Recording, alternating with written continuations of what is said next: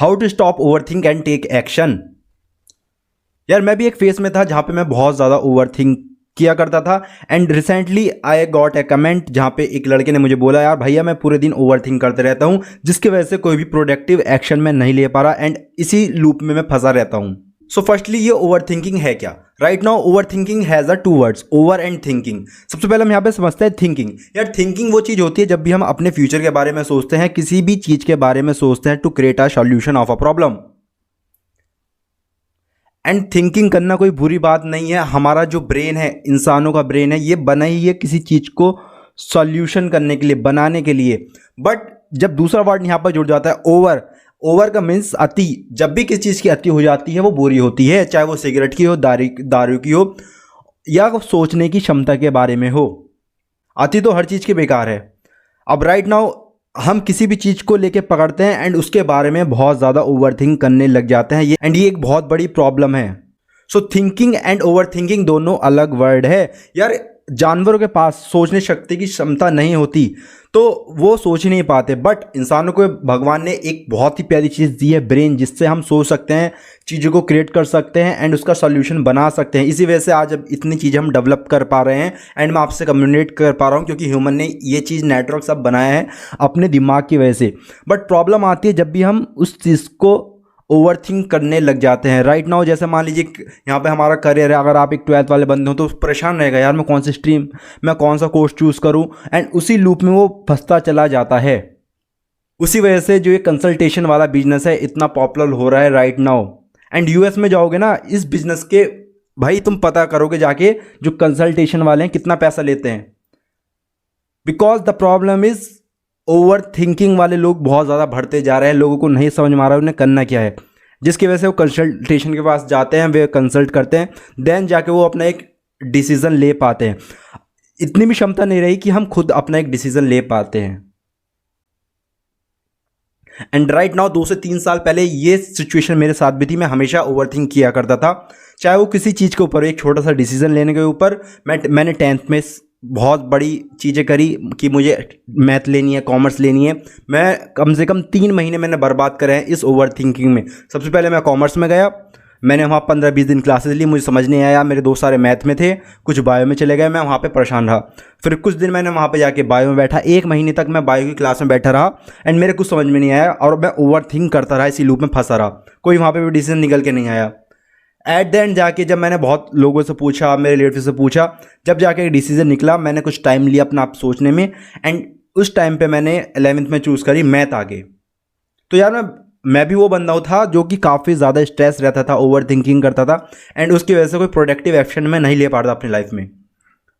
But recently मैंने अपने behaviour में ओवर थिंकिंग वाले में काफ़ी चीज़ें चेंज करी है एंड ओवर थिंकिंग से आप लोग काफ़ी ज़्यादा, आप खुद एक्सपीरियंस करते होगे, खुद बहुत ज़्यादा स्ट्रेस रहते होगे, एंग्जाइटी रहती होगी and most of the time आप इसी चीज़ में बर्बाद कर देते होंगे अपना, कि अगर किसी दोस्त से लड़ाई हो गई है कि वो कल मेरे बारे में क्या सोचेगा, इंस्टाग्राम पे पोस्ट डालनी है तो क्या होगा, यूट्यूब पे वीडियो बना के डालनी है तो मेरे घर वाले क्या सोचेंगे, वो क्या सोचेंगे। एंड असल में ऐसा कुछ नहीं होता, ये सारी चीज़ें हम अपने दिमाग में डिफरेंट सिनेरियोज बना लेते हैं एंड उसी वजह से हमें डर लगने लगता है। एंड असल में उस डर का 100% में से 10% भी रियल लाइफ में कुछ नहीं होता। So come to the solution, how I stop over thinking and you can do also and being productive man. Point number first, bring you in present moment.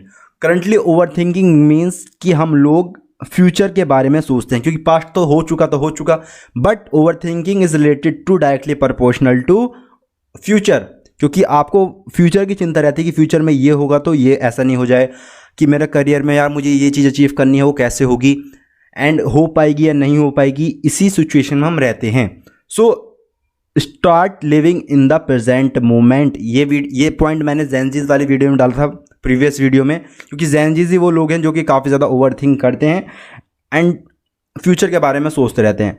सो आपको प्रेजेंट मोमेंट में जीना है, जो भी आप करंट सिचुएशन में हो उस बारे में सोचो and don't over think and don't stuck in the loop of over thinking. Second, replace your thoughts. जब भी आपके दिमाग में कोई ऐसे ओवर थिंकिंग वाले थॉट्स आते हैं, ट्राई टू, तो कभी भी आप उसे किल तो नहीं कर सकते, क्योंकि आपका ये ब्रेन है एंड ब्रेन बना ही सोचने के लिए है, बट जब आती है बात ओवर थिंकिंग की, अगर आप किसी पॉइंट पे आके ओवर थिंक करने लग जाते हो, try to replace your thoughts. Replace your thoughts means किसी और चीज़ के बारे में सोचो या कोई अपना काम करो जिसमें आप बिजी हो सकते हो, अपने माइंड को इन्वेस्ट कर सकते हो। अब इस पॉइंट पर आके मैंने क्या करता हूँ, अगर मैं अभी किसी चीज़ में आ जाता हूँ, मैं अपने दोस्तों से बात कर लेता हूँ कॉल पे या रिलेटिव से बात कर लेता हूँ। तो उससे क्या होता है, आपका माइंड रिफ्रेश हो जाता है एंड तुम उस थॉट्स को रिप्लेस कर देती हो perfectly. Third point, be a doer not a thinker. हम हमेशा फ्यूचर के बारे में सोचते रहते हैं कि हमें ये करना है, फ्यूचर में ये करना है, कोई डिग्री लेनी है, कोई कोर्स करना है एंड कुछ अपनी स्किल इम्प्रूवमेंट करनी है। बट अगर उसका हम 1% भी करने पर डाल लें, प्रैक्टिकली काम करने पर डालें, उसके बारे में काम करें कि होगा कैसे, प्रैक्टिकली प्रोजेक्ट्स बनाएं, जो भी हो सकता है, जो भी हमारी चीज़ हाथ में है उस पर काम करें सोचने की बजाय, तो हम बहुत ज़्यादा अपनी लाइफ में ग्रोथ कर सकते हैं, प्रोडक्टिवनेस अपनी बढ़ा सकते हैं। सो जो भी आपकी रैंडम दिमाग में सिनेरियोज आते हैं थिंकिंग के, अगर आप उसका 100% का 1% या 10% भी प्रैक्टिकल चीज़ों में इम्प्लीमेंट कर दो, डूइंग में, करने में इम्प्लीमेंट कर दो, you have to grow and तुम्हें कोई नहीं रोक सकता।